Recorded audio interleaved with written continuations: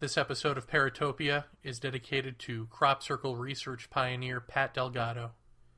Rest in peace, Pat, and thank you.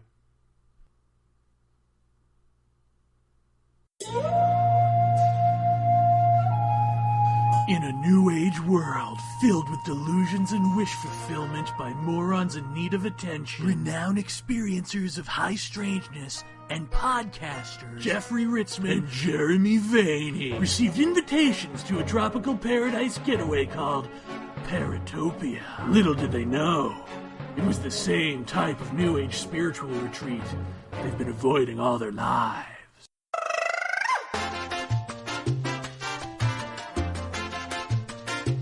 Don't be shy. Crop circles are all about love. Even the ones made by Team Satan. Come on, you can shake it. Yeah. Man, those hedgehogs running in a circle sure know their Mayan geometry. Anything goes in Paratopia. And welcome.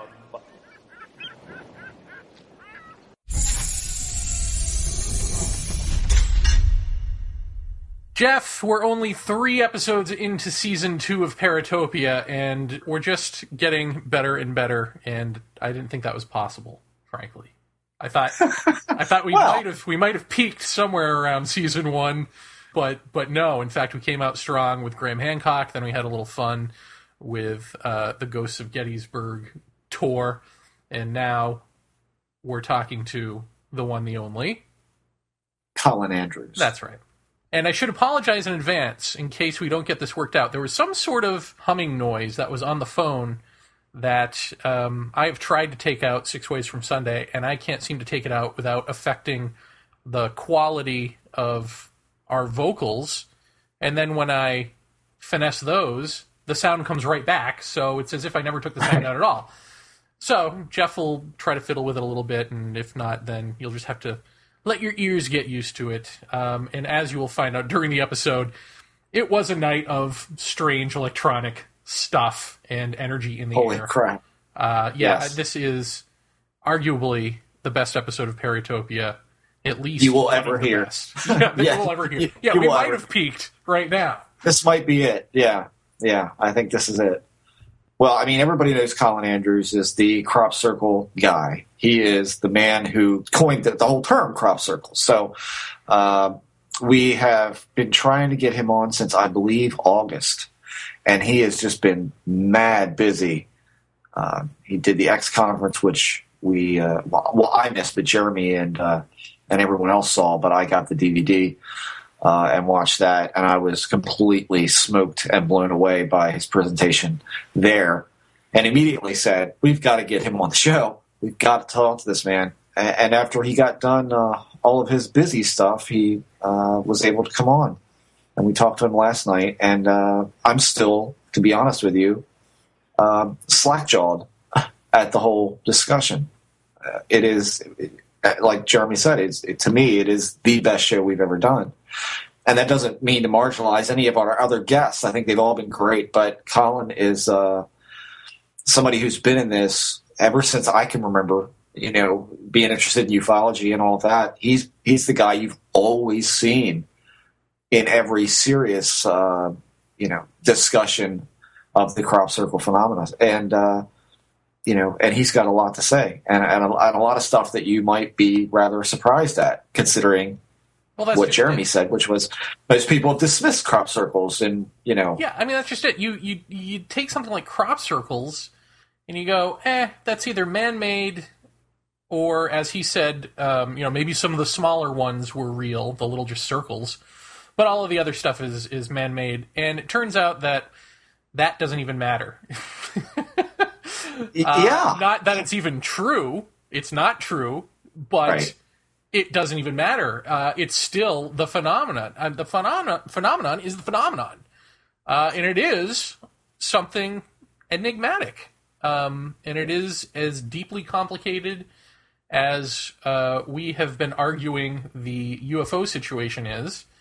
Yes. And by that I mean it's not a nuts and bolts here, there. right, wrong, hoax, not hoax situation. It's a tapestry of consciousness working itself out in myriad ways, a la George Hansen, a la Jacques. Again, it's back to the same old thing of more complex and far more bizarre than you would imagine it to be. I mean, far more bizarre than you could imagine it to be, which is part of what we talked to him about. And I really hope that the discussion translates to listeners, that you actually feel something while this is going on. We and I'm going to leave it at that. Yeah. Before we get to this, though, I want to give Colin his plugs here for his latest 2 books, Government Circles and The Complete Idiot's Guide to 2012. The first one is available from his website, which is www.colinandrews.net. And anyone who's interested in the crop circle debate and all of its history will like to know that his first book ever written on the subject, which he co-authored with the man we're dedicating tonight's episode to, which is Pat Delgado, called Circular Evidence, which is now long since out of print, can be downloaded as an ebook directly from Colin's website. And I would encourage everybody to do both of those, to read both of those. And Government Circles, which was predominantly, I think, what he focused on at the X Conference, which was calling people like Nick Pope to task on the government's position over there in the UK on crop circles. So The Complete Idiot's Guide to 2012, I haven't read. I haven't got a chance to go through that yet, but Colin did say at the idiot part down. I know that. Well, yeah, I've got the idiot part squarely in my corner. But the complete idiot, I might add.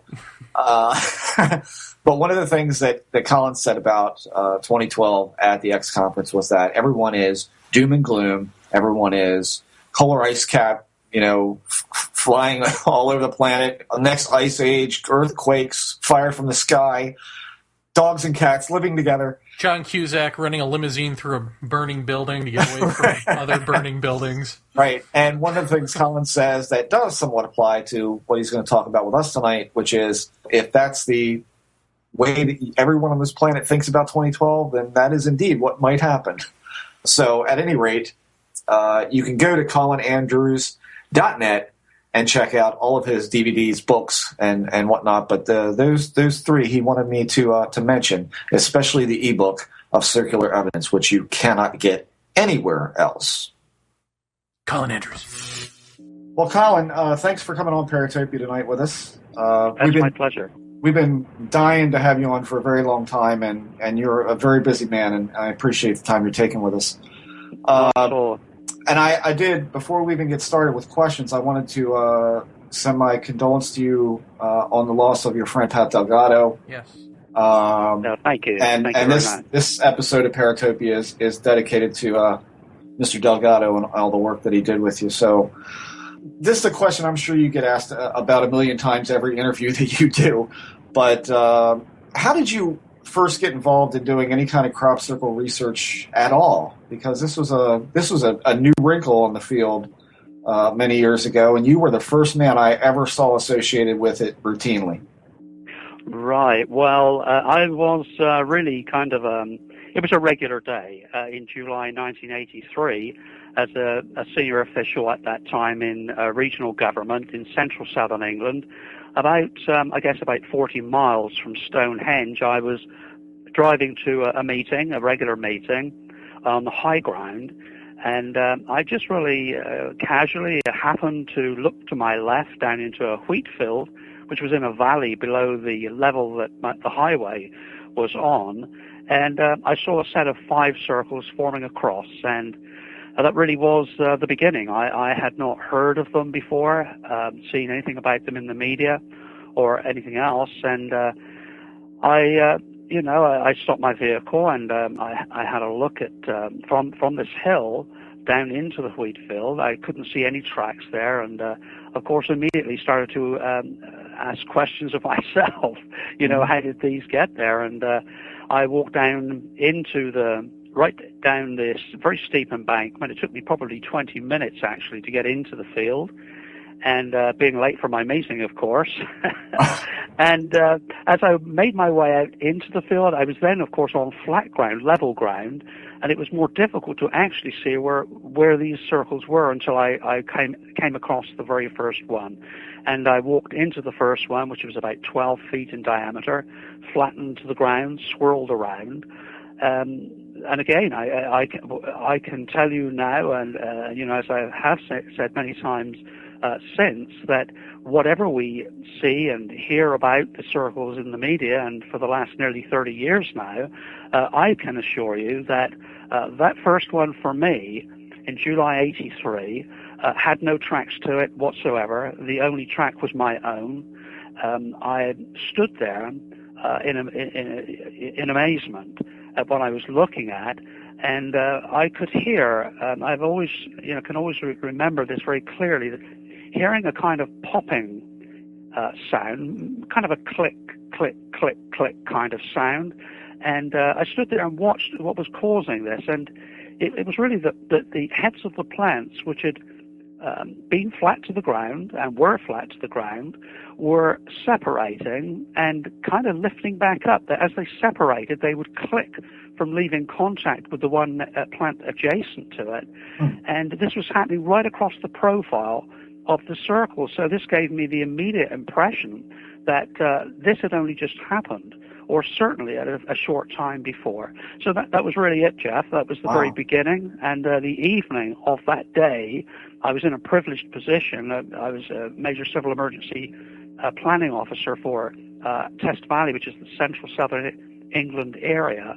And, I had access, easy access to the military and to the police and other departments. And I started making inquiries and soon realized that this was not new. Farmers in that area, indeed farmers of that field, knew of these circles going back many years. So that was the beginning. Wow. Well, I mean, I think what a lot of people have heard, at least, at least way back when stateside, we heard a lot of accounts talking about no tracks in or out, just like you were saying about your first encounter with these things. Blown out nodes of the stalks of whatever plant that happened in what was rye or rape field or whatever. A weaved lay down pattern underneath, and it swirled one way on top, another way underneath. All sorts of really weird things that didn't necessarily point to these being man-made. As your own research progressed in this, as the years went by, more and more became man-made. This kind of facilitated man-made ones popping up here and there. Yeah. But those initial ones that held these very distinct characteristics, do they still occur these days? And if they do, in what frequency do you find that they occur still? It's a great question. I don't very often get asked that, but it's a very important question because one question really off the back of the other is if they're still appearing, why don't we hear so much about them? And as you have rightly put it, what are the numbers if they are? Well, as far as I know, and I still head back to England and indeed travel to other parts of the world where these circles are reported. I would say this, that the numbers that are researched are less of the original kind of simple circle with the features that you have described, plus some more that we maybe get to in the program. They are less, and I think the reason for that is that the more complex patterns speak to perhaps communication, but complexity and beauty attracts the researchers, attracts the public, and attracts the pilots who are flying over that area, particularly that very hot area of central southern England. I don't mean hot as in temperature, but right. It's an area where a lot of this activity occurs. And so the simple circles, I've been in aircraft with pilots that will tend to go over them and say, well, do you want this one? Well, yes, we want all of them. I mean, it's important to record everything that's there. Hoaxing as well, it's important to get it all. So I think the answer is, Jeff, that yes, they are, as far as I can see, because I have each year have seen some and researched some of the simple ones, but we're not zigzagging those aircraft in grid patterns that we used to across the whole of that area. So there are many, I'm sure, that are missed, whereas initially, in those early days, in the mid-80s and early 90s, it was relatively new, and it was newish to a lot of the farmers, not some, because they'd had them for many years. But as this phenomenon was exploding outwards, it was new to many, many farmers, and they were reporting them because they were, in many cases, excited to find them, and would report them to Pat and myself and Busty Taylor and Terence Meaden initially. But that excitement has faded somewhat as the years have passed. In fact, it has turned in some cases to anger, that the farmers have had enough. So the whole scene has shifted, but the brief answer, that is actually a long answer, but the brief answer is yes, I'm sure they're there. In most countries they're still there, but they're not reported in those numbers, and so therefore we see less of them as far as it comes to the media.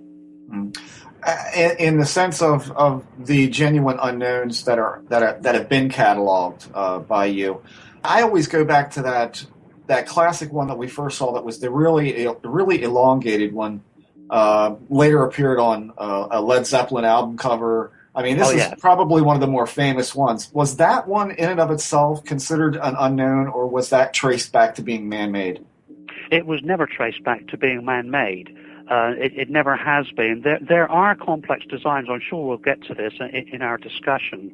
But it is not true to say that, and you have not said this, but many do, that the simple circles are real unknowns and the complex ones are not. It's not a true statement. There are many very complex designs that we simply cannot account for. We cannot say with any real level of confidence these are made by people, although many are. And as I say, we'll probably get to that. But the Zeppelin design, which I believe I was certainly one of the first dozen or so people into, a German television crew, ARD Germany, were flying in central southern England the day that appeared, and were the first to come across it, upon it, before the farmer himself was aware that it was in his field. So the design certainly, once and for all, stamped crop circles into the media. The farmer of that field became quite famous himself. The Carsons became quite famous themselves because of that design, and then many that followed. So yes, the time that we spent in it, in looking at the symmetry, the kind of swirl patterning, the analysis that was conducted there, had all the hallmarks of the real thing, and with always leaving a door open that humans are clever beasts and can deceive and do deceive, always ready for the phone to call and say, well, this one we did. So that's always left as an open door for anything that I'll say today. But as far as I know, and if that was 1990, the pattern you're referring to, that's as clean and green as they come. Wow. Was there ever any assemblage of what that may have meant? Was there any symbols in there? I know I read somewhere on the net some time ago that a gentleman had connected that somehow to weather symbols that were integrated into that circle. Was that true, false? Have you not heard of that? Is that? Oh, yes. Yes, I've certainly heard of it. Ed Sherwood is the person that put that forward, and he's right that if you look at the meteorological symbols, international symbols, many of those arms and features that come off of the circles and the central axis are related to wind, rain, and weather phenomena used by the Met offices around the world. But having said that, as individual components, they are weather symbols. But as far as reading from one end to the other, like you would going through from A to Z, Right. There's not a cohesive message. You could say that it's a design which shows weather symbols, but not in a cohesive kind of informative way. So I think the fact that it wasn't followed up, by any more than a further two, that would lead you to believe that this was the first teaching, you might say, in informing and teaching us about meteorology and perhaps the planet's climate. It didn't take that route. I mean, we have many designs, many family of designs, as I refer to them, of astronomy, astrology, meteorology. There are others that for mathematical equations. So there are many patterns that mean many things. But that one, we had two others within 24 hours that were extremely similar. If you looked at them quickly, you would say they were identical, but actually they weren't. But they were very similar. Within a mile of that design, in Eastfield and Alton Barnes, Wiltshire, two more appeared.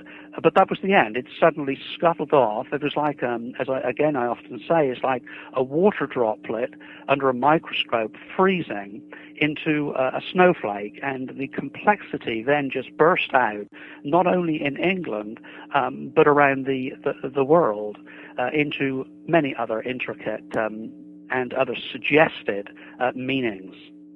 Well, I think that that formation in particular is going to kind of lead into our discussion later about where you've come with this. But I have to ask, in one of your lectures that I recently attended not too terribly long ago, you were talking about you and Pat in the field investigating a formation of some sort. And Pat was pulled into the center of this thing. And that it was basically, as you said, all you could do to pull backwards on him to pull him out of the center of this thing. And I think you had mentioned that it genuinely scared him that this happened. And I immediately, when I heard that, I drew the line to, what people call fairy rings and the things that people like Jacques Vallée talked about as far as people being pulled into rings and the correlation with myth and all of these kind of things. Do you, or have you seen that type of thing often? I mean, do you get reports of that sort of thing often? No. It was certainly one of the most bizarre experiences that either of us had. We have had our share, but that stands out as being the most bizarre of them all. And actually this very year, and the dedication which you've kindly put on this program for Pat, and I will convey this to his family tomorrow, is rather very touching, because Pat and I were in discussion about this very experience that you're referring to this year. Earlier this year, he and I were started to look once again at everything that occurred surrounding the Chesfoot Head event, which is the one that you're referring to. I can maybe go through that step by step in a moment, because Sure. It is the center of a number of things that are happening at the moment. You might or may not be aware that on my website, which is just for anybody listening that wants to come in and have a look in detail at what we're discussing here, is colinandrews.net. And in there, on the website, you'll see that there's a section referring to Chesfoot Head. Well, Chesfoot Head is a location. In fact, it's the location where I saw the first circle in '83 that we started the program with. Opposite that field was where this happened, and there were about, I think it was approximately 10 witnesses to this. It was the most extraordinary thing where a sound showed up from the east. We all heard it coming. It was a very strange sound, which I cannot really begin to describe. I've referred to it as like an electronic bird. It was like a bird sound, but it was electronic and metallic. And when it reached us, we were stood in a circle just after midnight. There was a surveillance operation, Operation White Crow, was going on at the time. We'd not had any luck on any of the equipment to record anything of any kind at all. That was the whole idea of it. It was ahead of Operation Blackbird, which was the following year, again, a surveillance operation in places where circles appear quite regularly. So we decided to walk away from the equipment and the control room and walk up the hill into a field where there already were 2 crop circles. They had appeared several days before. And we went in there. It was, of course, dark. It was just after midnight. We heard this sound coming, and we kind of, clustered together because it really got very close to us. And then it started to behave, and I'm saying behave because that's exactly what it was. Whatever this was knew that we were there because it started to rotate around us. It was like a sterlophonic effect of something moving around us, almost like herding us. It was kind of zipping around our heads, and then it stopped in one particular place, and Pat has always said that he felt instinctively as if he was being called to it. In his head, he was being told to go to it.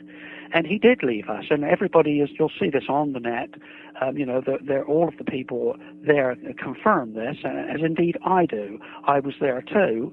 And he walked away to this sound, and it began kind of a scooping effect with one hand cupped, and beckoning me to come over to him, to the sound, and he was, as I got to him, and he was kind of cupping his hands across the heads of the plants, and kind of pushing, it's hard to just explain this to you, towards my stomach, to my solar plexus, as if he was kind of working on me in some energetic fashion, but I had no idea what it was he was doing. And he kind of gestured that he had done what he felt he was being told to do. And I turned and walked back to the group, expecting Pat to come with me. This sound was still there, but it had moved back a few feet. And I looked at him, and, our eyes, to say this, I think it's important to say this, that the longer you stay in darkness, and we all know this, of course, in your bedroom or anywhere else, your eyes do adjust as much as they can, and you can begin to see form shadowy outlines of one another, people, and so on. And I could see Pat, and we all could. We could all see him there, even though it was a dark field with no street lighting or anything. And he looked terrified. His arms were out straight towards me, and I could see he was in some kind of difficulty. And I went across to him. The others stayed where they were, and Pat was at that point leaning backwards where he should have fallen. He was back, I don't know, 30 degrees or something like that. Huh. But he was not falling, and his arms were out.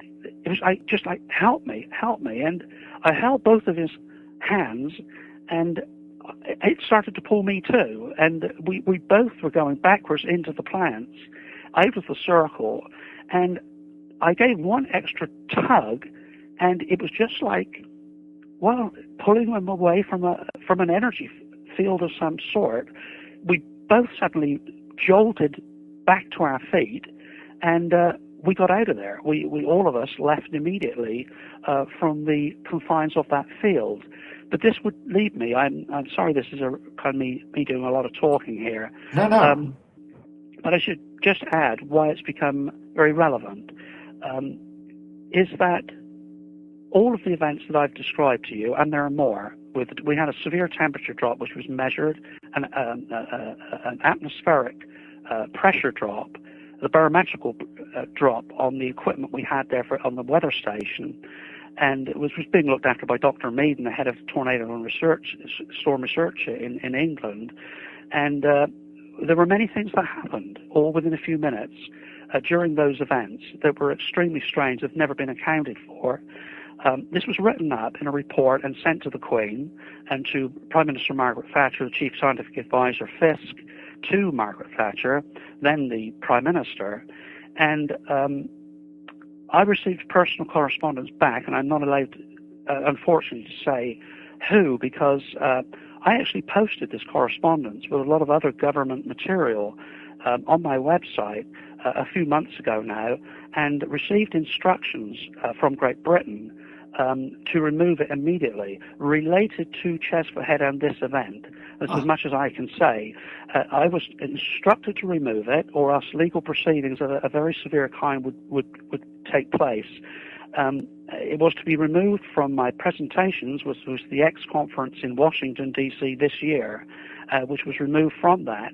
And I will end this piece by saying, and please don't read me wrong here, I'm not making this a conspiracy when there may not be one, but to say that Pat started a new research on this before I flew over this summer to join Pat Delgado, because he had recorded the same sound, 5.2 kilohertz in the audible frequency, from the trees. That is a sound which was recorded with electronic equipment from the trees that are adjacent to that field at Chesford Head. He and I asked Paul Weige, a close friend and researcher of ours, to join us in July this year to progress this research again, hopefully come to some kind of understanding as to what happened. And then, of course, as you may know, is Pat unfortunately contracted cancer and died.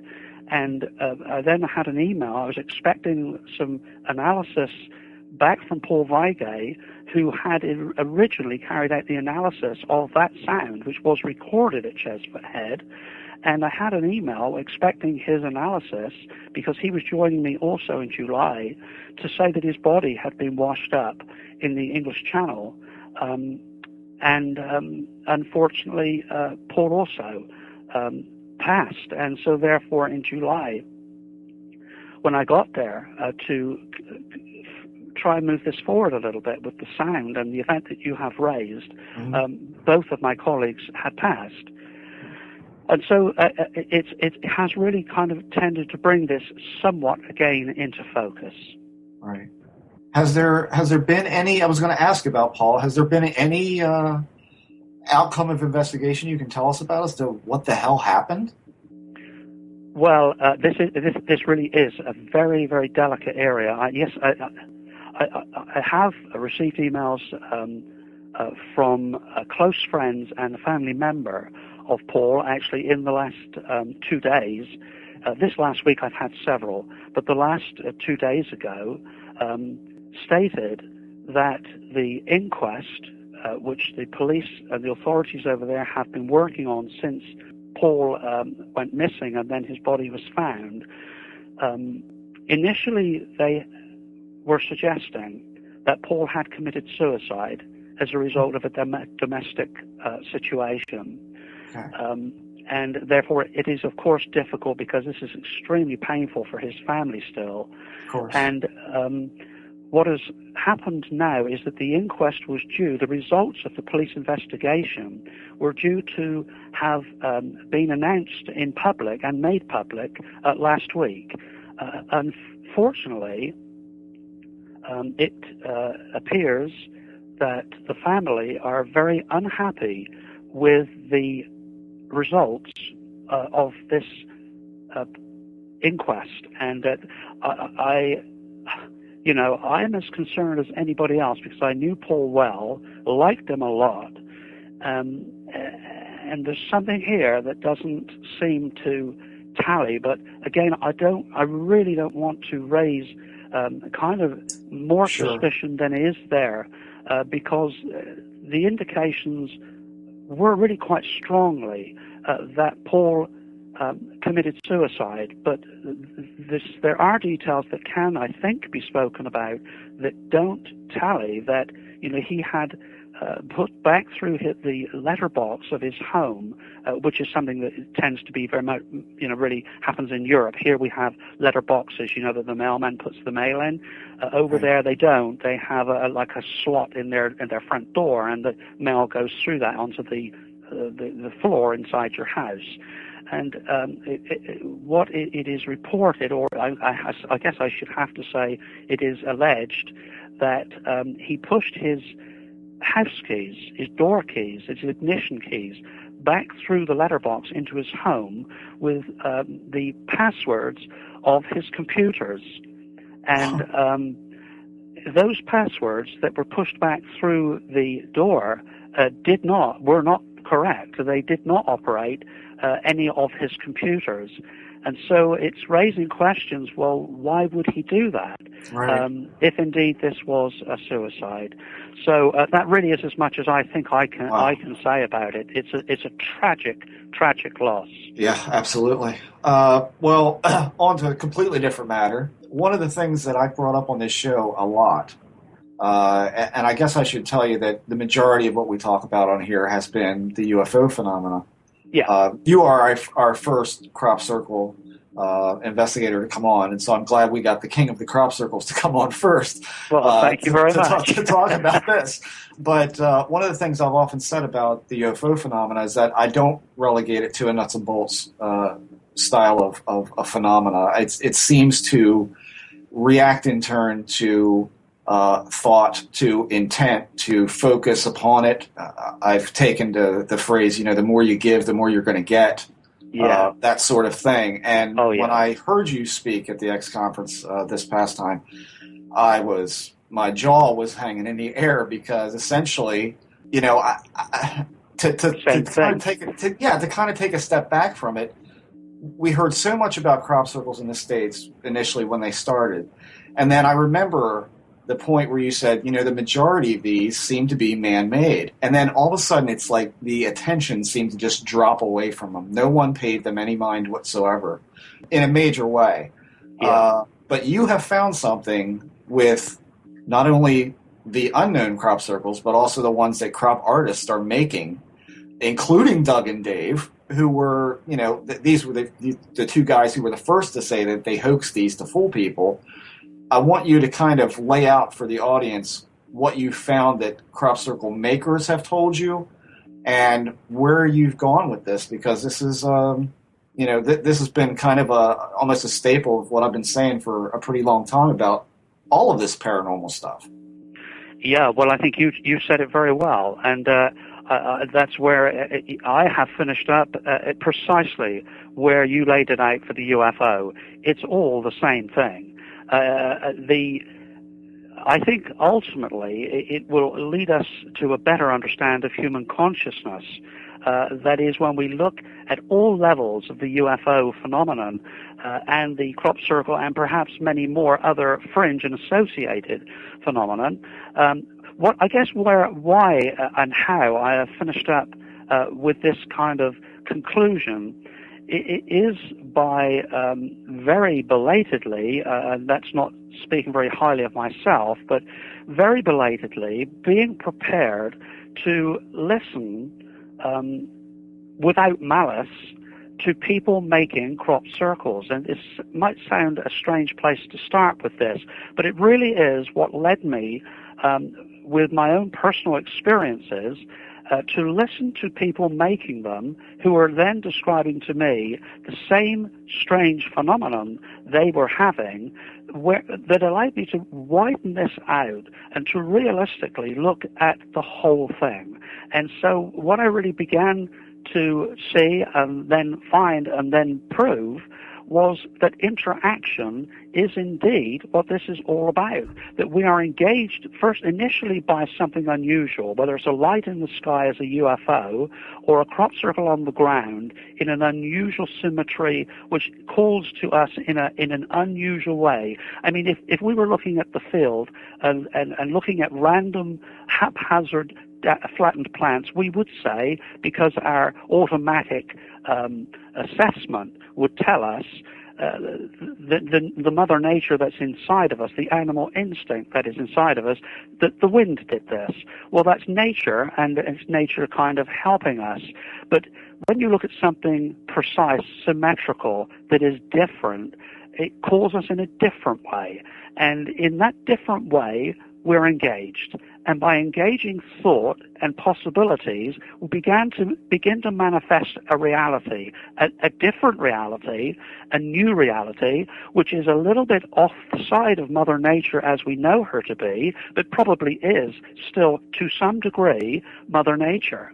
And so I had, maybe to hone in a little bit on this now, I have had my own experiences which I've never expected anybody else to believe. It's the reason, Jeff, that I'm still talking to you now, nearly 30 years after the circle, the 5 circles that I discovered in '83, was because I've had one or two very unusual experiences that have said to me, well, what the hell just happened? It's something that just took place right there, knew either what I was thinking, what I was praying for, what I was asking for, in a sincere way, not a throwaway line over a pint of beer, but when you're stood in the field and you say, which I did in '87, this was in our first book, Circular Evidence, in '89, written by Pat Delgado and myself, and I stood there, I just as well say it, I stood there in this ring alone. We had been there with the whole team earlier, and I don't know why I did this. It was just a tranquil, very relaxed setting. It was sunset. I was late back to get this piece of information, which I had forgotten earlier, very close to my home. And I put my hands together. I'm not an over-religious... I don't go to church. I'm not an over-religious person. I believe there's something out there. I believe in some kind of God. I don't know exactly what that is, but... that's where I basically come from in a nutshell. But I put my hands together, and in my head, I closed my eyes, and I said, please, God, give me a clue as to what's happening here. And by that, I meant with this phenomenon, which I'd already been looking at for some years. And immediately, and not that I expected it, I never have gotten anything back when I've prayed before. Right. But, immediately I got this sound, which was the same sound at Chesfoot Head, with it pulled backwards. The first time it was heard by anybody that I know of, it was the first I ever heard of it, was it when I prayed for a clue, it immediately started. And it was directional. It was about 7 feet in front of my feet. It was down at the base of the plants. I knew where it was. I couldn't see anything. And it got louder, and it got louder, and the air began to move. I could feel the oscillation of the air on the hairs of my face, and it got so loud that I expected, as an electrical engineer, the only place I'd heard anything like it was in a laboratory, which was just before high levels of voltage discharge into a bang, and you get the flash of light. And I expected something to manifest. I became afraid. I looked to see where I could run out the field, and as my disposition changed from one of tranquility and requesting to what the hell is this, and I'm ready to run, the moment that happened, it stopped. And so I had two, it seemed to me, as I hope a rational person, I simply had something when I asked for it, and it stopped as soon as I became fearful. And I shared that information every day with people close to me. My family heard it to boredom. Every day I would say, my goodness me, that was so important. I know that was so important. Well, that was interactive. If I take it at face value, it then showed up again a year later at Chesfoot Head. It showed up on an interview pattern I was doing separately for BBC television and destroyed the television camera. And it was recorded again. We had the sound recorded by BBC and other people, and Paul Weigel did that too with others. And it was the same sound, 5.2 kilohertz, audible frequency, interactive, taking effect in the environment of the crop circles, because that's where we were, and interacting with us.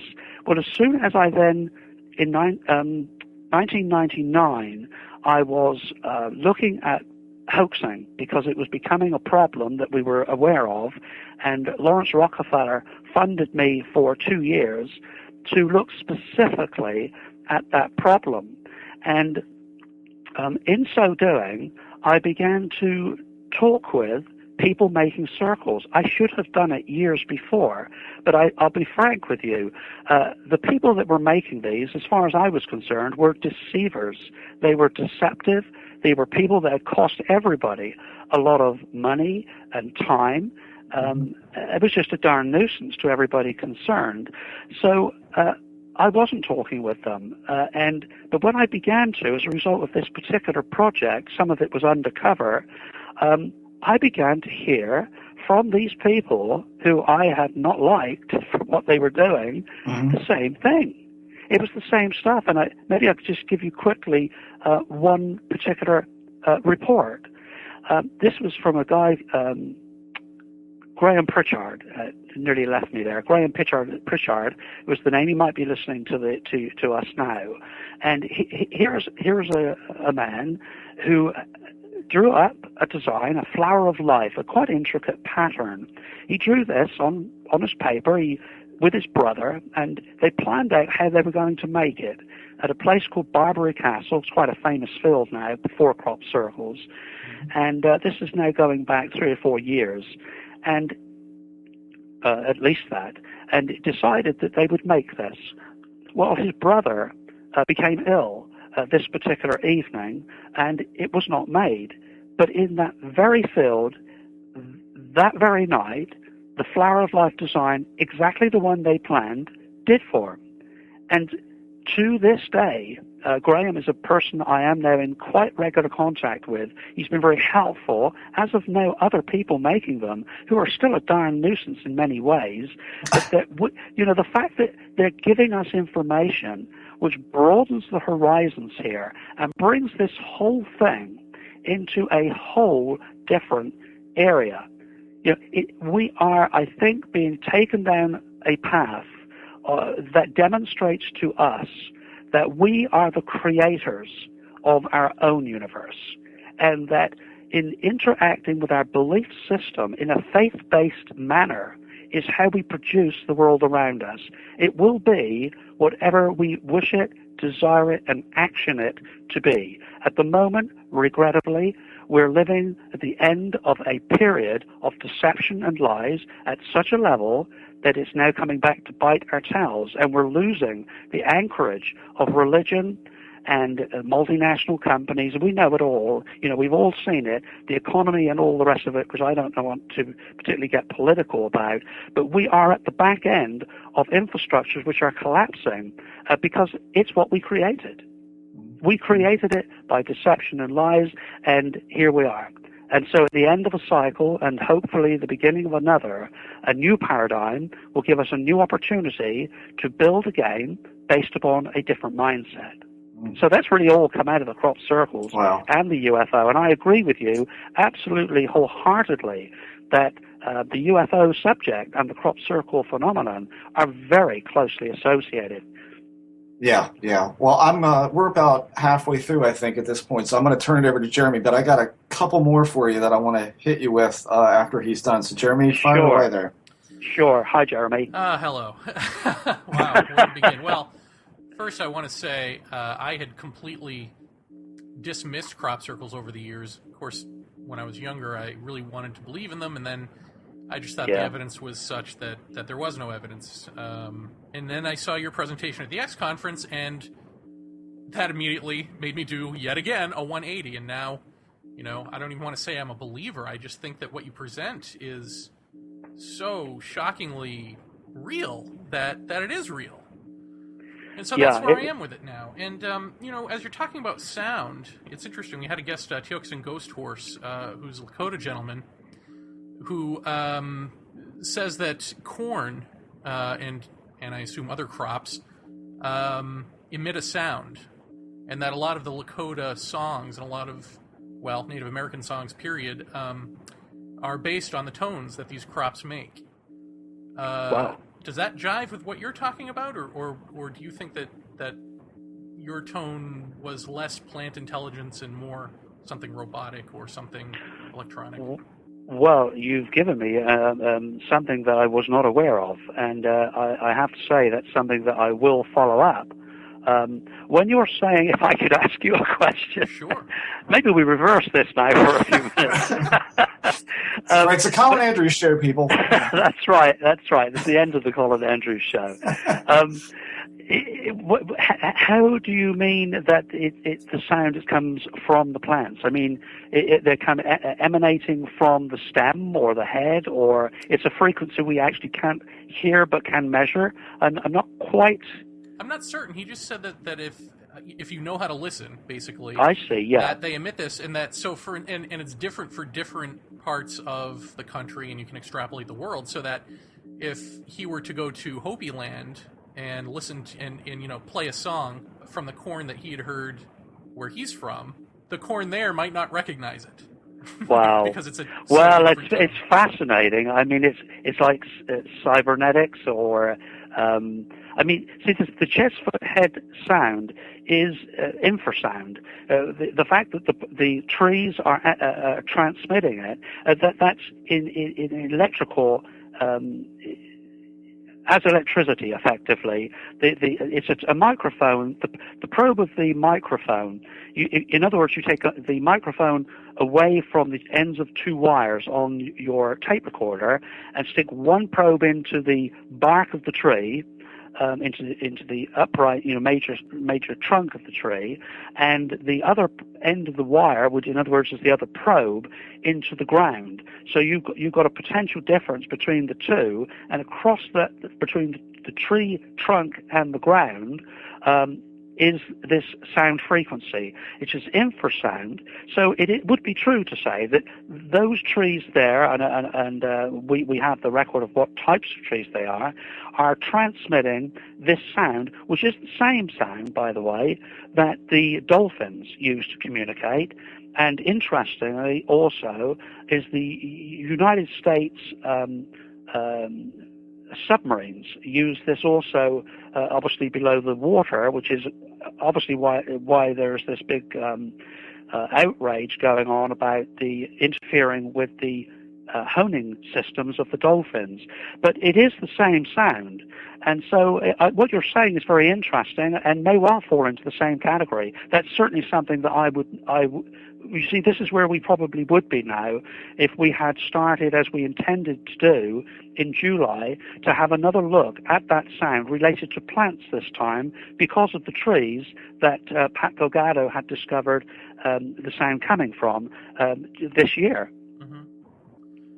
Well, if you have a sample of that sound, I could pass it on to him and see if it's similar to what he's talking about. Well, that's fantastic. In fact, I can tell you right now, I would happily do that. But if anybody listening, yourself and listeners and the gentleman concerned, just head on to colinandrews.net, go to Chestfoot Head, and the sounds are there. The sound from the trees that were recorded by Pat before he became ill, which we will be following up on, and the Chestfoot Head sound, and also the BBC sound, which destroyed their camera the day we were doing the BBC interview. So all of those are there with the analysis for you and anybody to have a look at. Okay, great. I'll direct them to it. Okay. So here's my big catch-all question for you. You've been at this 30 years. Is there anything in your conclusions now, and in all of the ways that you've seen this phenomenon affect people and affect you and all of that, is there anything that if you took a time machine and went back to yourself 30 years ago that you wouldn't believe back then? Is there something that took 30 years for you to be able to get, or could you have gotten it all back then? Wow, what a great question. Well, I'm certainly a different person. I can tell you that, and my family will tell you that.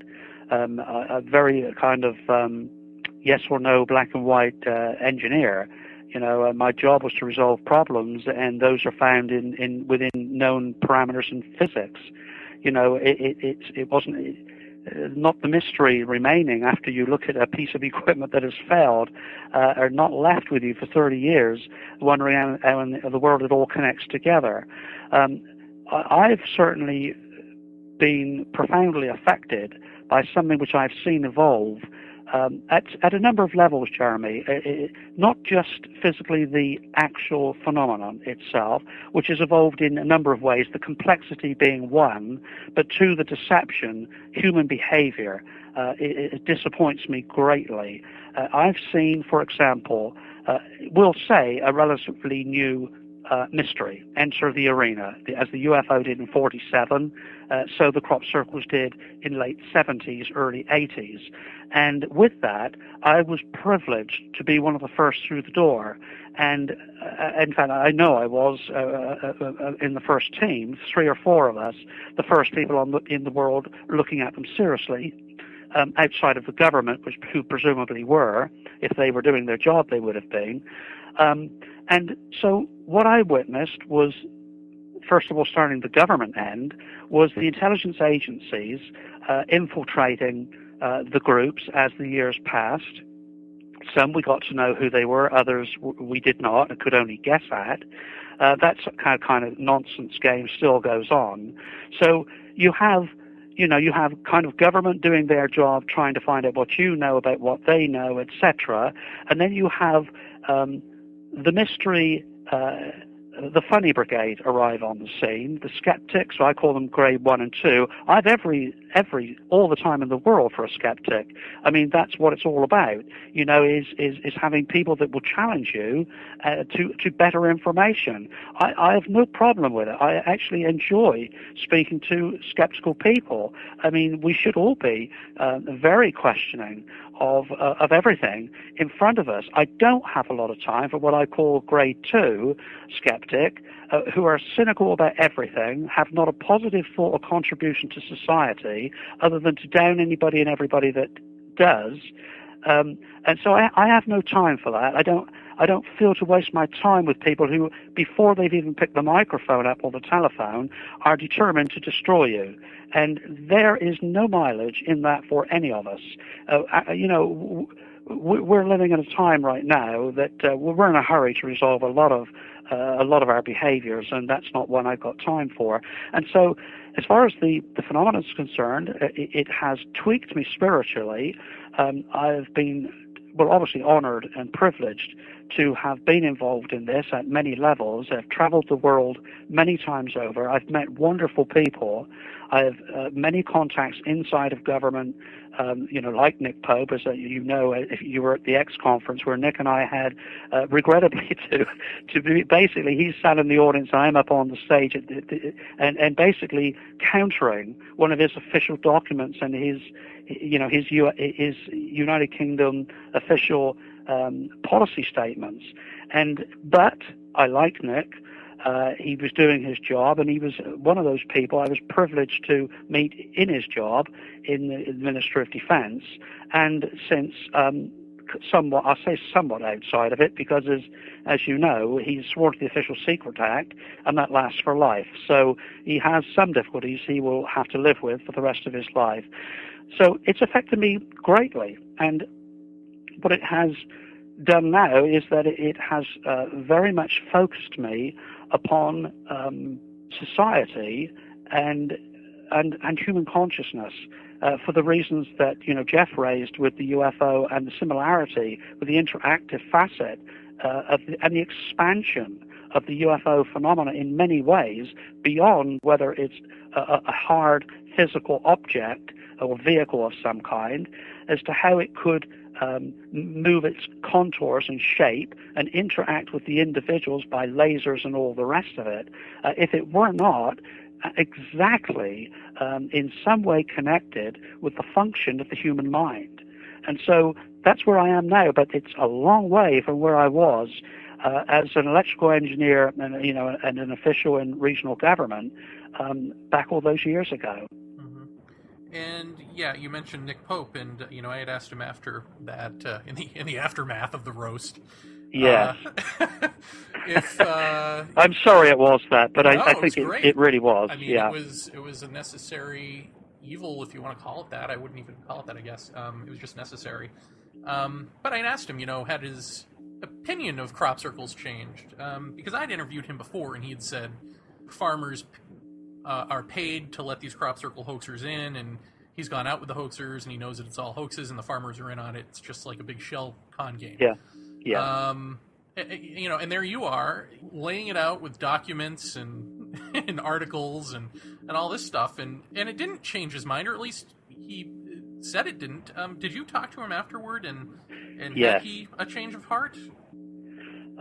Well, it's in just one or two different areas that he has changed his ideas. It's not changed his ideas at all about the complexity of the complex crop circles. He feels that they are probably all man-made. I think that is where he comes from.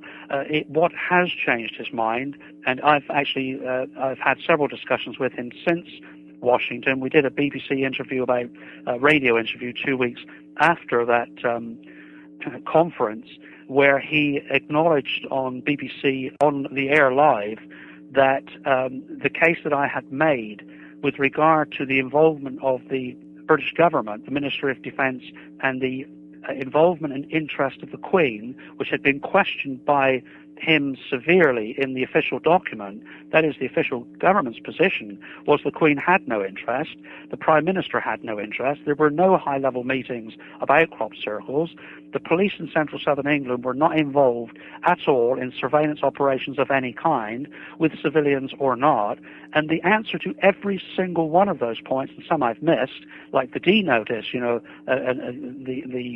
position that the government can take to stop, censor media at the throwing of a switch in Great Britain, and similar provisions exist here too.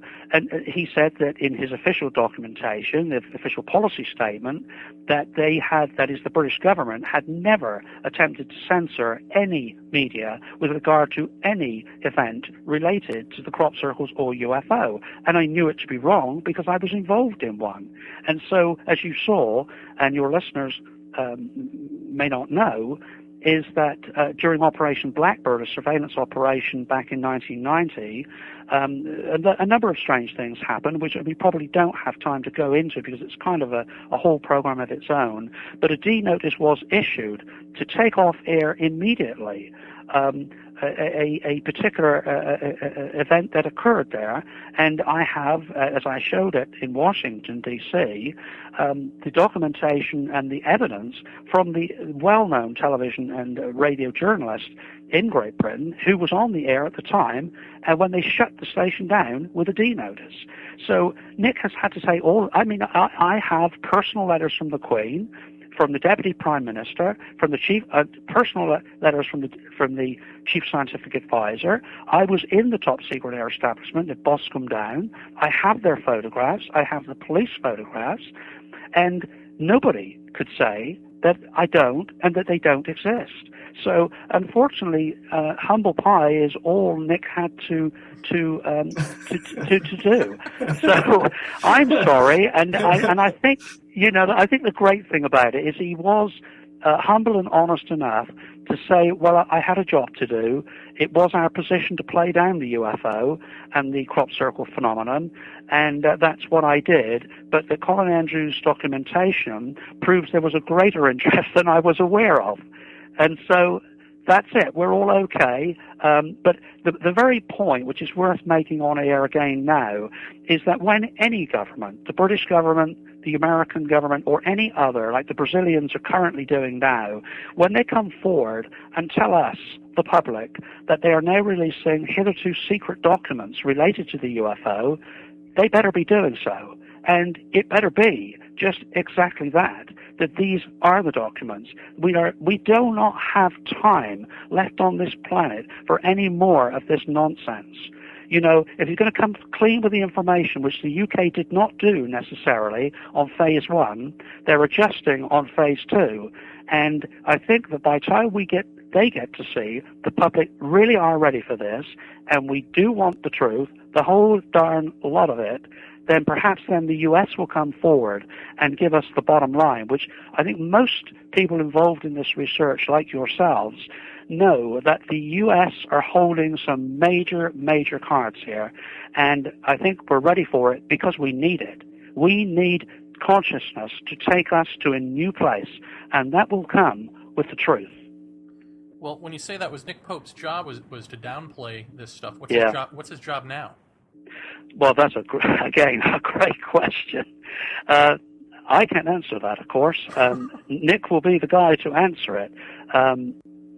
It's a great question, and I guess I really just have to say that we've been given one example of not having the truth under the direct management of his bosses at the Ministry of Defense, and he now is officially released from his position, but still sworn to the Official Secrets Act. I think the answer has got to be, and I will eat humble pie if it comes to this, that he is still sworn to the policy of the British Ministry of Defence.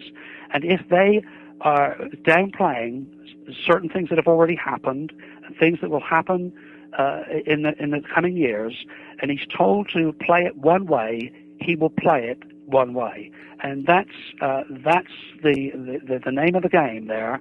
I like Nick a lot, and in fact, I always my wife is not too many feet away from me as I speak to you. She knows that when I return from meetings in London with Nick, and this is years ago, that I not only liked Nick Pope, I thought he was a new generation that were going to be doing some things. I felt in him that he may have himself had some experiences, and we will wait to see. But it has proven to be that he is the bridge. I mean, he is the communicator of from the civilian position of the Ministry of Defence. He's the guy that's been in those vaults and was head of the UFO project for the British government. So we'll wait and see. But it's a great question.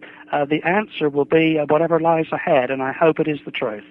It's interesting you brought up Project Blackbird. I was in high school when Unsolved Mysteries did oh, yes, that's right. their thing on the crop circles, and they had mentioned Project Blackbird and that you guys had gotten video of something creating these crop circles, and then they said they were going to follow up on it, and they never did. And I remember I was doing a paper in high school, a science paper on crop circles, and so I called. The only person I knew of was Ray Fowler, because I'm from Massachusetts. Yes. And his son was in the phone book, so his son actually gave me his phone number, and he had just stepped off a plane. He was in England, and said that the Project Blackbird video footage was confiscated by the military, and that's why there was no follow-up on it. Am I remembering that correctly? Is that what happened? Well, you're remembering it almost correctly, certainly. I can tell you what actually happened. Your version is very close to it. The only difference is that what I've always called the yellow tape, just to set this up, we had a bank of image intensifier cameras, low-light cameras, image intensifiers, infrared, and each camera was looking at a different area of the landscape below this escarpment, which was owned by the Ministry of Defence. And this was also in Nick Pope's reign, by the way. And so we had these cameras filming day and night for 10 days. And within the first 48 hours, something happened early hours in the morning. I was at that time at home asleep. I coordinated the operation with the British military, with the BBC and Nippon Television Japan, and the one camera picked up on the yellow VCR, which was recorded an event. Well, I reacted to this. It was part of a protocol that we had a film crew came out that were staying locally for Nippon Television in Japan, who 90% funded the whole operation. So they were going to transmit this to the world if something had happened ahead of the BBC by a matter of hours, was part of the deal. And they were mobilized. I was mobilized. I went off over there in my vehicle and Pat and so on. And when we got there, it was kind of all hell let loose. There were media coming in from London. There were satellite dishes being put up, and it was an absolute circus going on there. But what happened was that I was told verbally that a triangular-shaped object had been seen above the field that night, and that it had been recorded. And obviously, before I was asked to do the first television news item from the site at first light, which went out on BBC Breakfast Time television, came into Good Morning America here, I think, a little bit afterwards. And by the time of the dust had settled, and that I've seen for myself what had happened, was directly in front of the the operation, a hoax had been perpetrated. That's, again, a whole other program. We could talk about it because there's too much involved in how it arrived there, etc. But in a field to the left, something else happened, which was on a VCR tape, which was removed from the site without me seeing it or anybody else seeing what it had actually recorded. That was removed, and as far as I know, to this day, what I'm told is that it was sent to Nihon University in Japan for analysis. That's the short version. There's too many other laterals to that I don't think be prepared to say on air because there's so much that we don't know. But I've never been told, and there have not been any real indications, because I would say that if the military had taken that themselves and military were on the side, I would tell you so, because you've given me a straight question, and I will give you a straight answer. But it became very deliberately confusing for me to be able to trace precisely the steps that were taken and to precisely who managed the removal of that tape. But so mystery still remains about what happened on Blackbird. And yet we now know that a secret site, which I was aware of a secret site at Silbury Hill, but what I was not aware of at the time was that the military had filmed there for themselves a bright white light over a field where circles were discovered at first light. So maybe there's another program there, but a lot of stuff was going on around Blackbird. Let me ask you this, and then I'll turn it back over to Jeff, or else I'll end up stealing what I know are his questions. Okay. Don't do it. Yeah. Now, so you want disclosure. You said that the U.S. government needs to disclose. Well, if we're going to say that this is about consciousness and not about nuts and bolts aliens that, well, I guess as the disclosure movement has it, it's sort of, they're just like us, just waiting for us to join the Galactic Federation. If it's not about all of that, if it is indeed more alien than that, or even more transcendentally human than that, what would disclosure actually do? Why is that so important? Well, I think it's important because whatever it is, let's just have it for what it is. If there's nuts and bolts evidence from Roswell or anywhere else, and many people, from the Jesse Marcells to the rest of the well-known individuals that have come forward with evidence surrounding the Roswell event itself. Many would say that there absolutely was nuts and bolts evidence that the U.S. have and know it, and have lied about it ever since, including, lying to his own father. And so if they do have this, and that is so, let's have it. Let's have what happened on the East Coast there at Bentwaters. There's many, many witnesses. I've spoken to many myself. In fact, I was with some of them just a few weeks ago. And, again, if they know it, and there's every indication they do, that they're just denying the public access to important information of the nuts and bolts kind, let's have it. And I agree with you that if we're looking at the evolution of consciousness and other parameters that we've just not adequately studied, then let's have that too.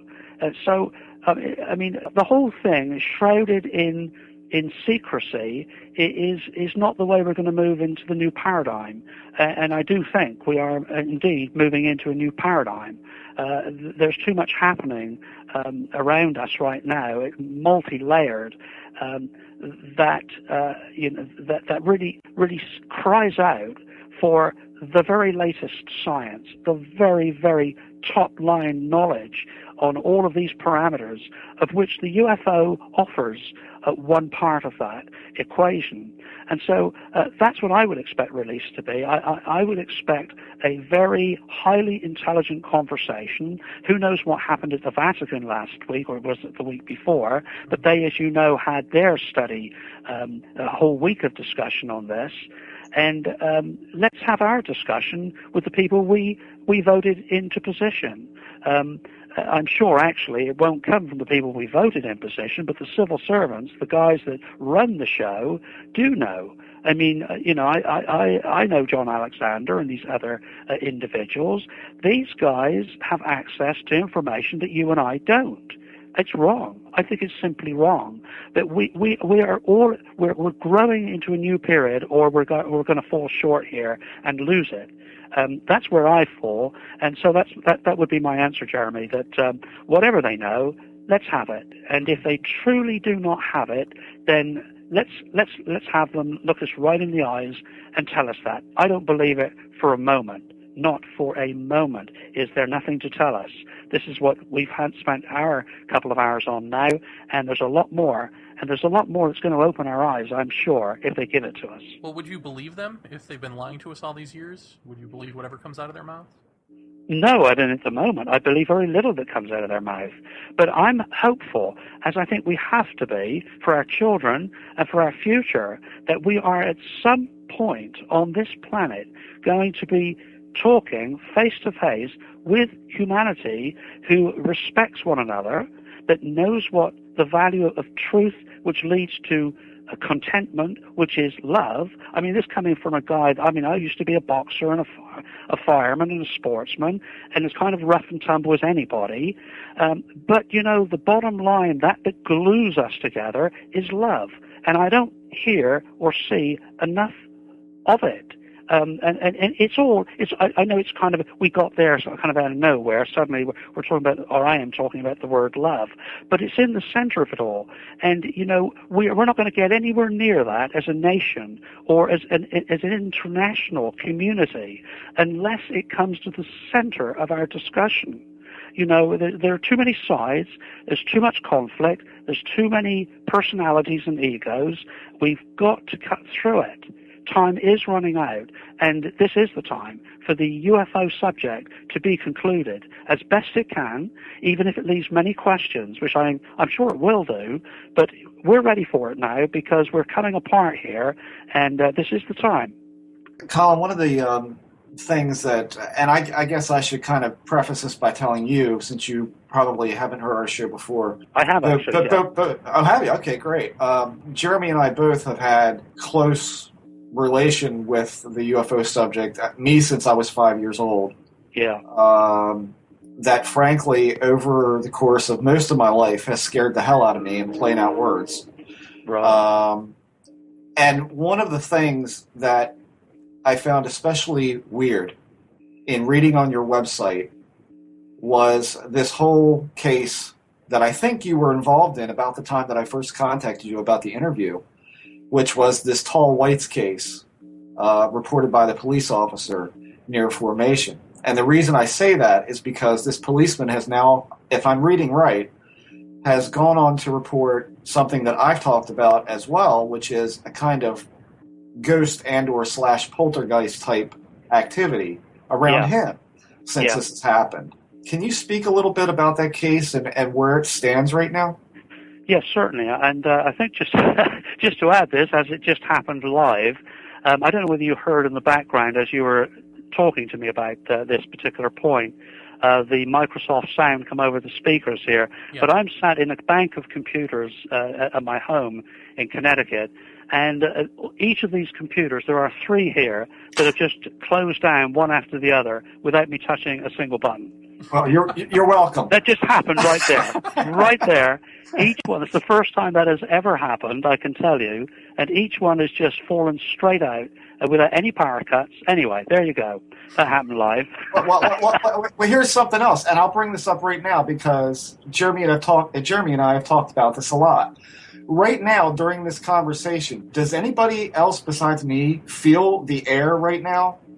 I mean, I'm not kidding. When you get this deep into this subject, as we're getting right now, the air seems to change. Yeah. I mean, there is a definitive feeling in this room I'm in right now. I've felt like crying for about the past hour, and I have no idea why. No, seriously. No, I mean... It's weird. Well, I've several times, more about 20 minutes ago, I think, the mute went extremely quiet on my phone. I actually thought that the program had been disconnected from me, because I was about to say, but I didn't feel to do so because we were on air. Are you still there? Because the mute dropped you, both of you, out to such a degree I thought I was talking to myself. So the air certainly is a little electric, shall we say. It is a little weird, yeah. But well, certainly just to answer your point, Jeff, yes, the policeman, the police officer, he's a police sergeant in Wiltshire Police, 6th of July this year. This is the case you're referring to, isn't it? Yes, sir. Uh-huh. That right. That was driving from Devizes, where he had been on duty, to his home in Marlborough, coming up to Silbury Hill, the tallest man-made mound in Europe. On his left-hand side, he was driving the A4 highway, and to the right-hand side, just as he's approaching the hill, on his right, he was aware as a police officer that there was a crop design in the field. You couldn't see it from the road. It was on a higher ground there, but he was aware it was there because Wiltshire Police are getting calls all the time about, from farmers and nuisance parking, etc., surrounding the crop circles in that area. So he was aware of it being there. It was actually a Mayan headdress kind of pattern crop circle in that field. And so he's approaching there, and he saw three people, three humans. They were all each rather tall, and he saw them there as he's just doing his policeman's job. He's looking at them. This is early hours in the morning, just after 5 o'clock. And as he got closer, he noticed that they were all identically dressed in white suits, white kind of like work suits, tight-fitting, with their hoods dropped down to the back of their necks. Each had blonde hair, and the more it kind of came home as to why they looked odd to him, the more he became alarmed that these were each in excess of 6 feet, fairly well in excess of 6 feet. They were identically dressed, and when he saw their faces, they looked the same. Long blonde hair, their cheekbones were high cheekbone, their eyes were slightly larger than ours. By this time, I've kind of somewhat jumped here, because by this time, by looking at his features and knowing what he was really looking at, he had stopped his vehicle, he had parked up, he had shouted to them from the side of the highway, and it was as if they were completely oblivious to the fact he was there. They took no notice. They carried on, he said, looking as if they were looking at or testing the plants. He thought that perhaps initially that they were forensic from the police themselves, or from some plant group of some sort, organization. But clearly, by looking at them, these were strange beings. And he climbed through the barbed wire fence, where I later I flew over to England and went and took the same route through this wired fence into the field. And again, he called out to them, and they then did respond. He said that this is all happening within seconds.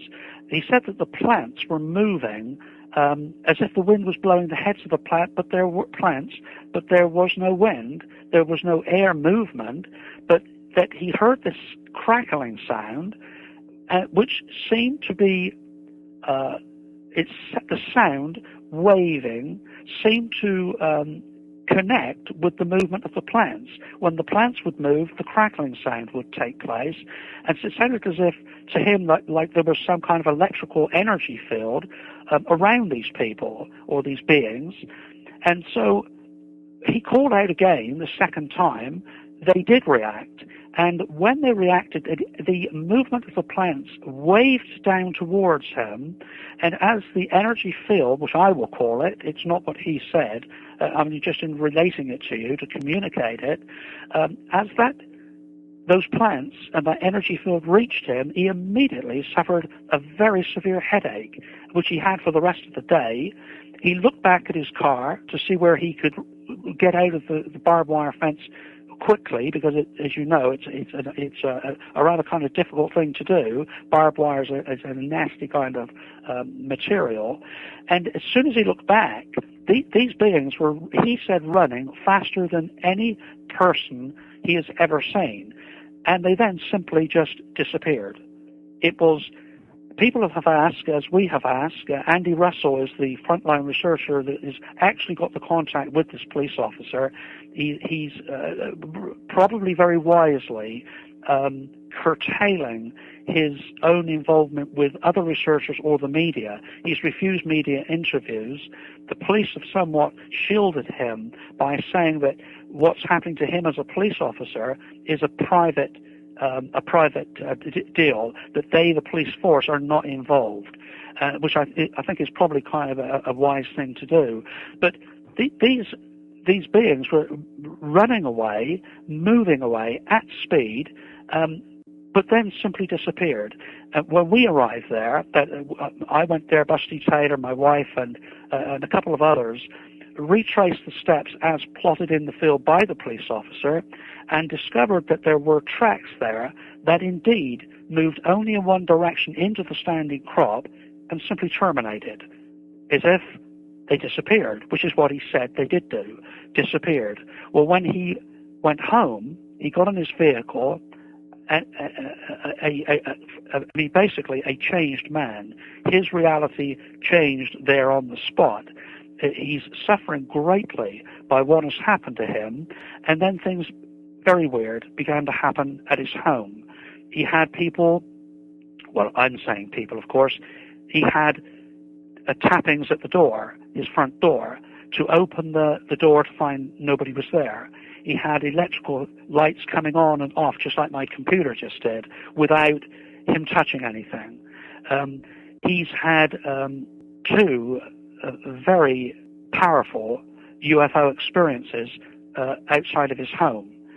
He'd had none of this before. He said to people that I'm working with that he's sorry that any part of this ever happened, because his life is upside down.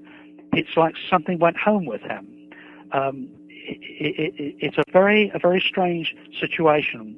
He has described to the police artistry division, these people that draw from eyewitnesses, bank robbers and so on. I mean, just facial features to help bring forward witnesses to these individuals. They have sketched these tall beings, and I am told, this is the latest, that Nippon Television have shown an interest in putting together a very carefully documented television program, which he has agreed to appear on in silhouette. He doesn't want to be seen, his features to be seen, but he's prepared to go on television and to make a one-off statement with the police's own artist's impression of what he saw. So that's the kind of long description, the very latest, and as much as I can certainly say about that experience. I know we're winding down here. I did want to ask you one thing, and again, it's a selfish question because it's related to something that I've noticed in the way of, and I feel like somehow this applies to you with the whole crop circle thing and all the years that you've spent in this and all that you've lost and given up for this. I've noticed over the years that part of my thinking has leaned towards that this phenomena, whatever it is, I'll just call it the anomaly, which encompasses everything, seems to do what I put akin to fishing terms of trolling, that it trolls essentially to get the attention of someone or a group of people of some sort. And I know that in my own experiences with this is that these beings that I have seen, and they have changed not too awfully long ago, but they seem to have a real hell-bent desire to be acknowledged as real, in that they want me to touch them, they want me to look at them, they want me to interact more, they want me to talk about them more. And all of this seems to facilitate their ability to manifest in this reality that we're in. Do you think it's possible that, and I know this would only be probably a guess on your part, do you think it's possible that this police officer, yourself, Jeremy, me, all of us who have seen this stuff, the numbers of which seem to be growing by the amount of interest here lately in the paranormal, do you think it's a possibility that this actively put out a hook and you bit it and the officer bit it, and therefore we're all having these experiences by virtue of our focus upon it? Yeah, I mean the straight answer is absolutely yes, and I don't know how you feel about this, but that from my own personal experience, and there's nothing stronger, is there? It was good to hear you speaking there about personal experiences, because those are the ones that you're not looking for anybody to convince you about. You know what you've seen, you know what has happened to you. And I only know that in the half a dozen or so experiences that I've personally had, that I've found in many hours of analyzing each of them, to myself, not trying to satisfy anybody else's criteria, just my own, the only common denominator I have been able to find, and I would hold on to it until I'm kind of prove it not to be so, is that in each case, I have myself been involved in a mind process, but more than that I've come from a position of absolute deep sincerity, and I hold with this until other experiences show it not to be, to be crucial, as it were. But those things that have happened to me have come from a position of me sincerely, very sincerely, trying to establish new information, and it's like the front of my conscious, since being sincere with my subconscious, as it were. That this discussion's going on in two parts of my brain, which appear then to connect with a bigger life force, that from a higher place. And, that's, of course, where ultimately we finish up, maybe not you and I disagreeing, but with religion, disagreeing with other forms of religion, that we're looking to answer, where is that coming from? Is it a God, Allah, or what is that higher being? But I'm totally convinced it exists. But is it something ahead of us in time? Is it something from the past? Is it the Akashic field, the Akashic record, that all that has been and that all that will ever be, and that we experience it in our reality only if we connect, or attempt, as you're saying, make a deliberate attempt to connect with it, that it's out there kind of dangling a carrot and just waiting to see if somebody will bite. But when you bite, and you bite sincerely, and you're after interaction because you want to know more, then you become part of it. And I agree with the tenure, the direction that you've taken, that as a suggestion. I certainly believe that. That's where I think it all is right now. Jeremy, do you have anything else? I think that's a perfect place to leave this. I do too. But I think that you have to come back on the show. Yes. Will you please come back on? Well, absolutely. Absolutely. And thank you both for being so well researched and very enjoyable to talk with. Well, I did want to say, I heard I just watched your X Conference DVD again last night for about the 15th millionth time. And and I heard you mention in there that you had lost so much to this over the years, your country, on and on that it went. And I think I can speak for Jeremy and all of our listeners in saying that you didn't lose anything in vain, because we really appreciate everything that you've done over the whole course of what you've done. And this has been a real pleasure to have you on the show. And like I say, I hope we'll get you back really soon. Well, thank you, Jeff, and thank you very much, Jeremy. I've enjoyed it. Very much appreciate that. It's been an honor, sir. Hi, this is Richard Dolan. You're listening to Paratopia. Wait, Paratopia Radio? No, Paratopia is fine. That was good. Thank you. Get that last part, too, where I say, wait, Paratopia Radio? Wow, wow, wow, wow, wow, Jeff. Is everybody's jaws up off the floor at this point? Because mine's not. That was something. Jesus. There's the guy. There's the guy for me. I mean, that's it. That's it. What do you say after a show like that? I mean, Yeah, there are so many things that, like, I would love to have him back on now, right now. I know. We had a nice after chat too, which was great. I mean, Yeah, a lot of great stuff came up in that we need to flesh out on the air, And you know what? Here's the thing, and I'll say this unequivocally to everybody. There's a guy who has spent a lot of his life and has lost an immeasurable amount of his life to this, and is still one of the kindest, most generous guys that you've ever met in this field. And I frankly, I can't wait to have him back on. I mean, we've got so much that we didn't get to ask him because we didn't want to suck up all of his evening. But I don't know if it's him or his delivery. I don't know what it is, but I got that same feeling that I got when I heard Make the X conference, where I just want to cry. It's like it's something that just grows in my chest, and suddenly I'm in a state of wanting to tear up and cry. And I don't know what is that. Because he is he's an open book. I mean, if he can tell you, he'll tell you everything that he's analytically looked at, everything that he's researched, and then everything that he thinks about it, down to the core of what he thinks. And that's a rarity in this. I mean, he is, a rarity that you won't get many researchers to tell you, this is what I think.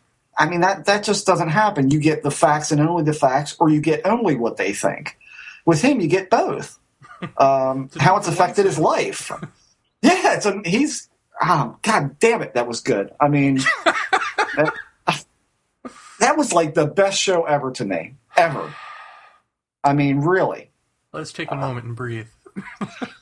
Now, all right, let's try to get into some semblance of detail here. Now, when he talked about seeing a UFO in one field and it was faked in another field that same night, did I hear that correctly? I think so. Now, does that sound suspiciously like the Phoenix Lights, where you've got one thing that happens that's completely, real or unidentified, and then the big faked spectacular event that everybody videotapes? The camouflaging of the actual event, I don't know, because, I mean, look at it this way. The way, and I hope that this came across right for our audience, that essentially he expounds on it a lot more in the X conference lecture, where he speaks of, let's just take advantage of the popularity of Doug and Dave. Doug and Dave were the two old guys who came out way back when and said, yeah, we've been hoaxing these circles for years, and we go out to the pub, we get half tanked up on some stout, and we go out and make some circles. But what even they said was that after a while, they said, why are we still doing these? And it was because they felt compelled to do them. The people who are actively making circles now or formations now, they call themselves, crop artists or sewer artists or whatever, are saying that they're witnessing balls of light above them as they're making these symbols in the fields. They're having other phenomena that happens to them. Now, it's very easy to say on the outside of things that, well, these guys are hoaxers. So, of course, they're going to lie and say that they're seeing these things as well. The problem is Colin Andrews has seen these things as well. So he knows what to listen for. He knows what earmarks are out there that can negate or substantiate a certain claim by any of these people. They feel compelled to do these. The instance he gave was of the man planning one out with a relative. The relative gets sick. They don't do it. It still shows up. That again. So when you're talking about, here's a faked one over here, and here's the legitimate phenomena above another field, did one cause the other? Let's go back to George Hansen. Does the marginality effect apply there? Hell yeah, it applies. It's marginalized. It's casting doubt upon itself. Back to McKenna again. The phenomena is doing that. I mean, to me, that seems right. If I understood that story right, I think that's what was going on. Mm-hmm. Sorry. No, what? I'm just still in shock. I don't know. There was something about that was just, I don't know, the whole thing. And then with the computers going off and the high strangeness and the whatever, all kicking at the same time. You didn't feel that? I mean, I felt it. I'm not kidding you. Yes. Yes. I mean, everything it just feels like the air changes. And I knew, about halfway through that we were into it. I mean, that we were in the freaking groove with Colin Andrews. And here we are, and we're talking about this, and it's listening. I had that proximity type of feeling. The air just feels different. I hope to God that transfers onto the podcast. I want to, the next time we have him on, part of what we talked about privately had to do with symbols and had to do with triangles. Mm-hmm. And I think if we have him back on, we should have him on with Teokas and Ghost Horse to talk about some of these things. I just think he'd have a lot to offer, I think they would have a lot to offer each other, Yeah. I mean... that might be a show for the ages. If Teokas would do it, I don't know that he would, but... Yeah. I mean, it's amazing. I mean, you think about where this guy is. He's run the whole gambit of this subject that he's studied for all these years, and he's saying, the conclusion right now for this point in time is this. And I mean, for me, it just coincides so completely with the way I feel about the whole thing. It's so interesting that you hear this stuff and you hear about, I lost my country, this and that fell apart, right. My partner dies, my other partner dies. Yeah. All of this loss and all of these strange things being pulled into this circle, and who knows what's going to happen, all of these scary, fearful things, and yet the outcome is that this is all about love. And, I wish we'd fleshed that out more, because I feel like there's something in that, there's something about all of this stuff that you and I, we talk about, and people on our message boards or just in general don't necessarily embrace, which is, for instance, the hero's journey, which ultimately ends up in the hero being a hero and being an enlightened whatever at the end of it, is you got to go through hell, you got to burn, you got to get there to get that. Well, it's being broken down, isn't it? I mean, that's what it's... But there's also something about this use of language that there's this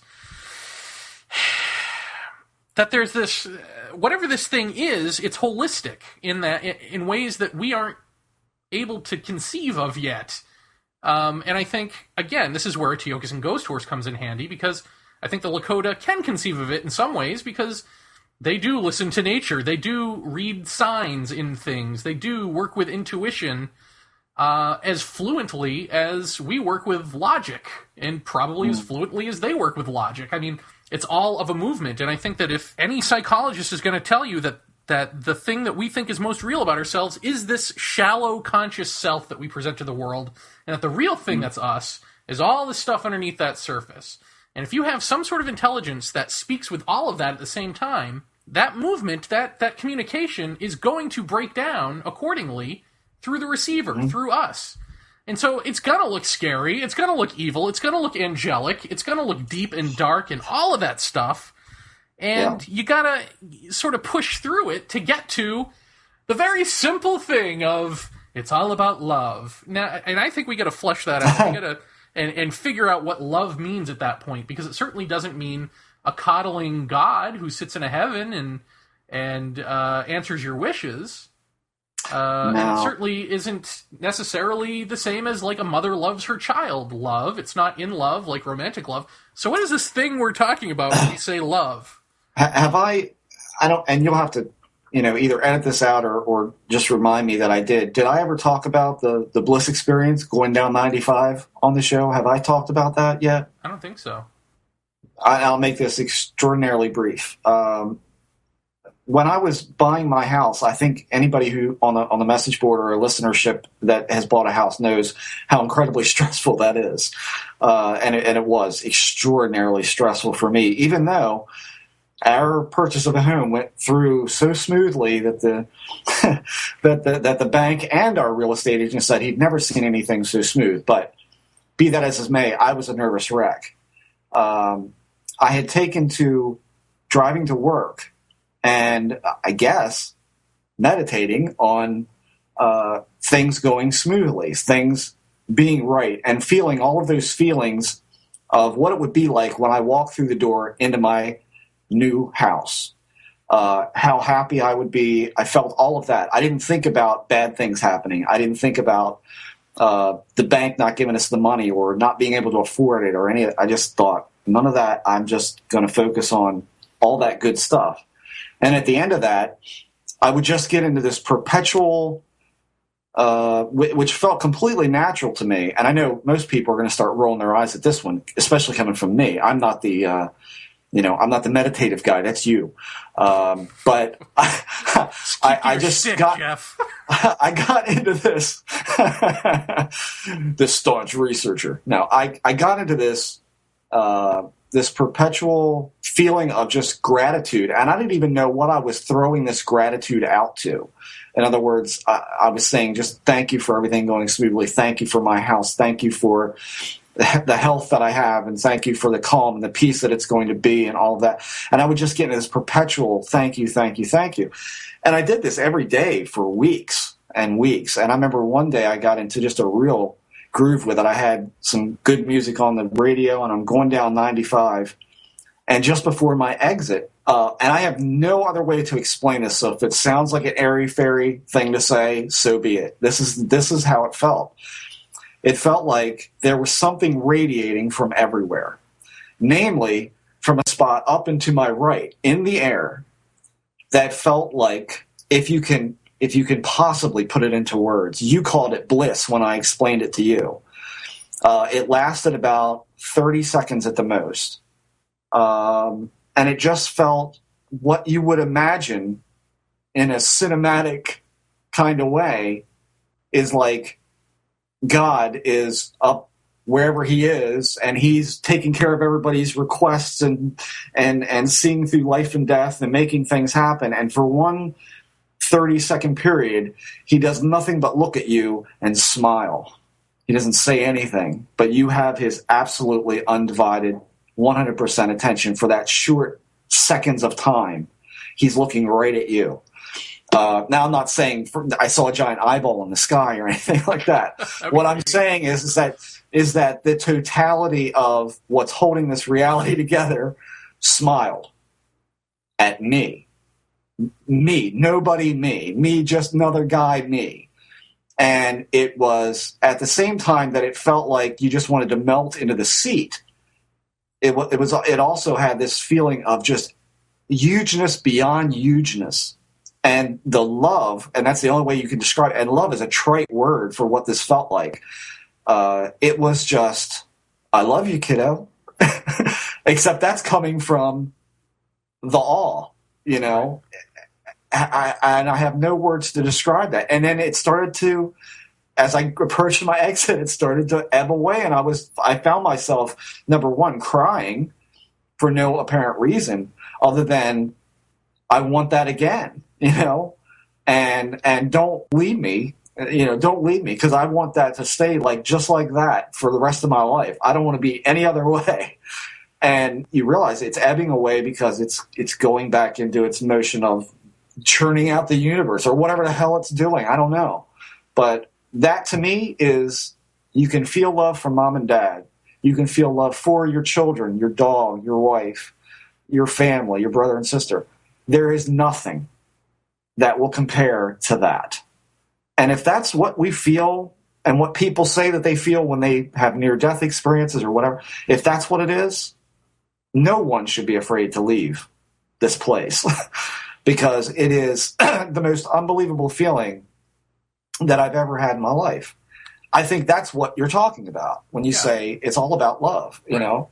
Well, and I think that's what I'm talking about when I'm pushing for this oneness I am state that I experienced, that I keep saying this is what we need to be getting back to, because I think that what you're describing is, unfortunately, because we're not that love, we have to experience it as a receiver. We have to experience ourselves in relationship to this thing. But in fact, we can be that thing. We can be the thing radiating, generating that love. But to listen to somebody say that, I mean, just harkens back to all the crap. Rage crap, yeah, exactly. But let me ask you something before you go on. Yeah. Why? Because you've had experience with this sort of thing before. Why do you think that it would radiate from like what seemed like a fixed point in the sky? What do you think? What does that hearken to? Does that mean anything to you? Does that ring a bell of any sort? Have you ever felt a feeling radiate from a certain point in the sky like that? No, I don't know. Well, I'll tell you this, and this isn't that, but it's similarly odd, and this is something I haven't told you, and I haven't shared with anybody, actually. It's a first. It's a first, because what do you do with this? After we did the Harvard meeting, when I went back home, as I was just lying in bed, it wasn't like nighttime, I wasn't asleep or anything, I was just lying down on the bed resting or whatever. I saw, I mean, the room was full of this energy, you know, I could see what I normally see, which are, you know, like little beads of light buzzing around and zipping around and all this sort of staticky stuff. And what looked like two of these things sort of came in and went into my chest.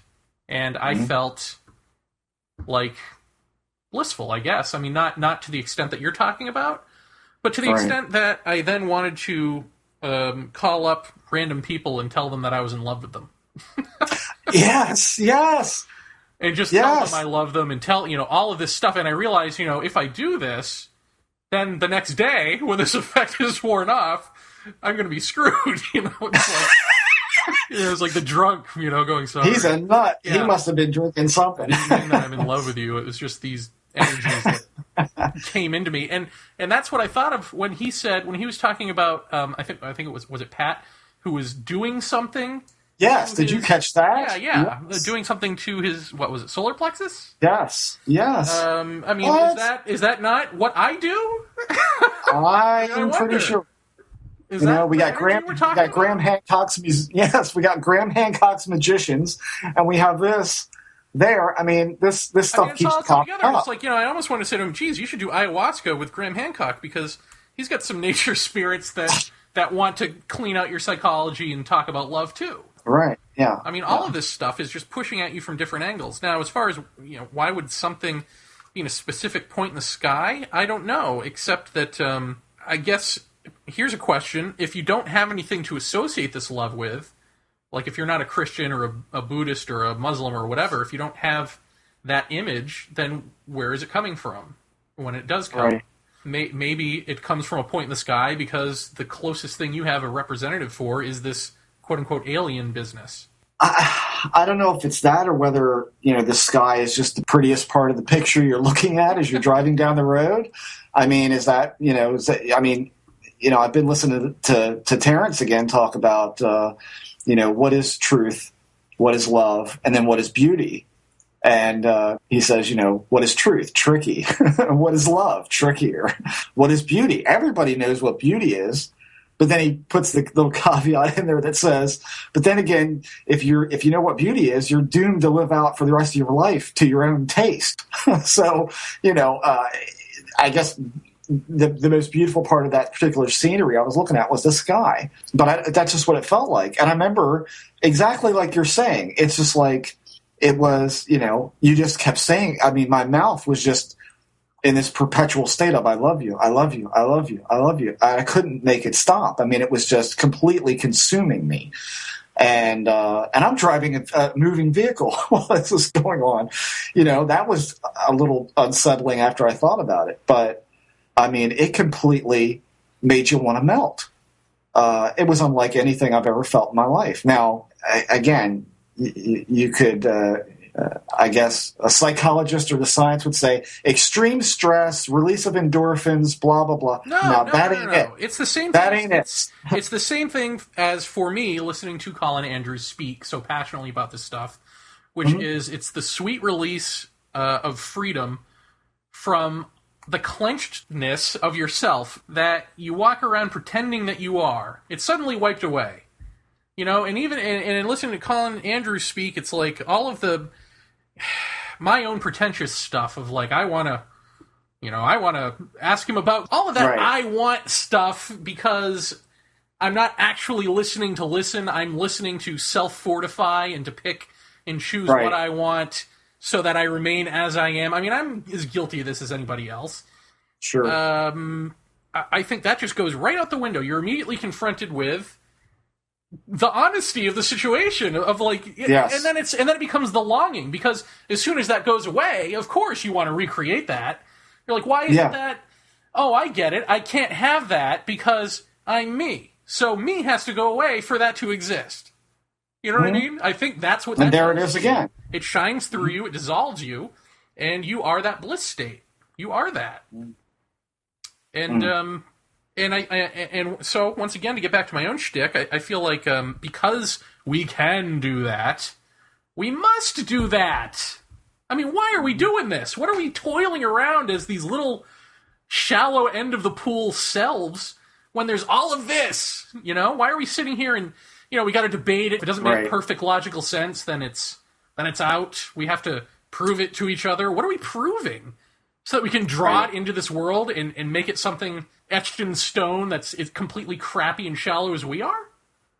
Yeah, so we can label it. Yeah. And then remain and isn't that and then be miserable. I mean, why are we doing this? Exactly. Well, and here's the thing, and I Jesus, at some point we've got to make up some kind of fake Terrence McKenna interview because I think we've got enough bits that we could ask questions. We can do that. Maybe we can get permission. And then we could take and insert what he would say to these answers, because I mean, there's another thing that he's talked about at length in a whole weekend of interview. I think this was a 5-part thing on the Psychedelic Salon. And again, if you haven't checked out the Psychedelic Salon, do yourself a favor. Lorenzo's got fantastic speakers every week. Go check out that podcast. But McKenna made a point of saying that there was all of this out there that he had tapped into, the very thing that you talk about, this state, this place, and this potential to transform into something else.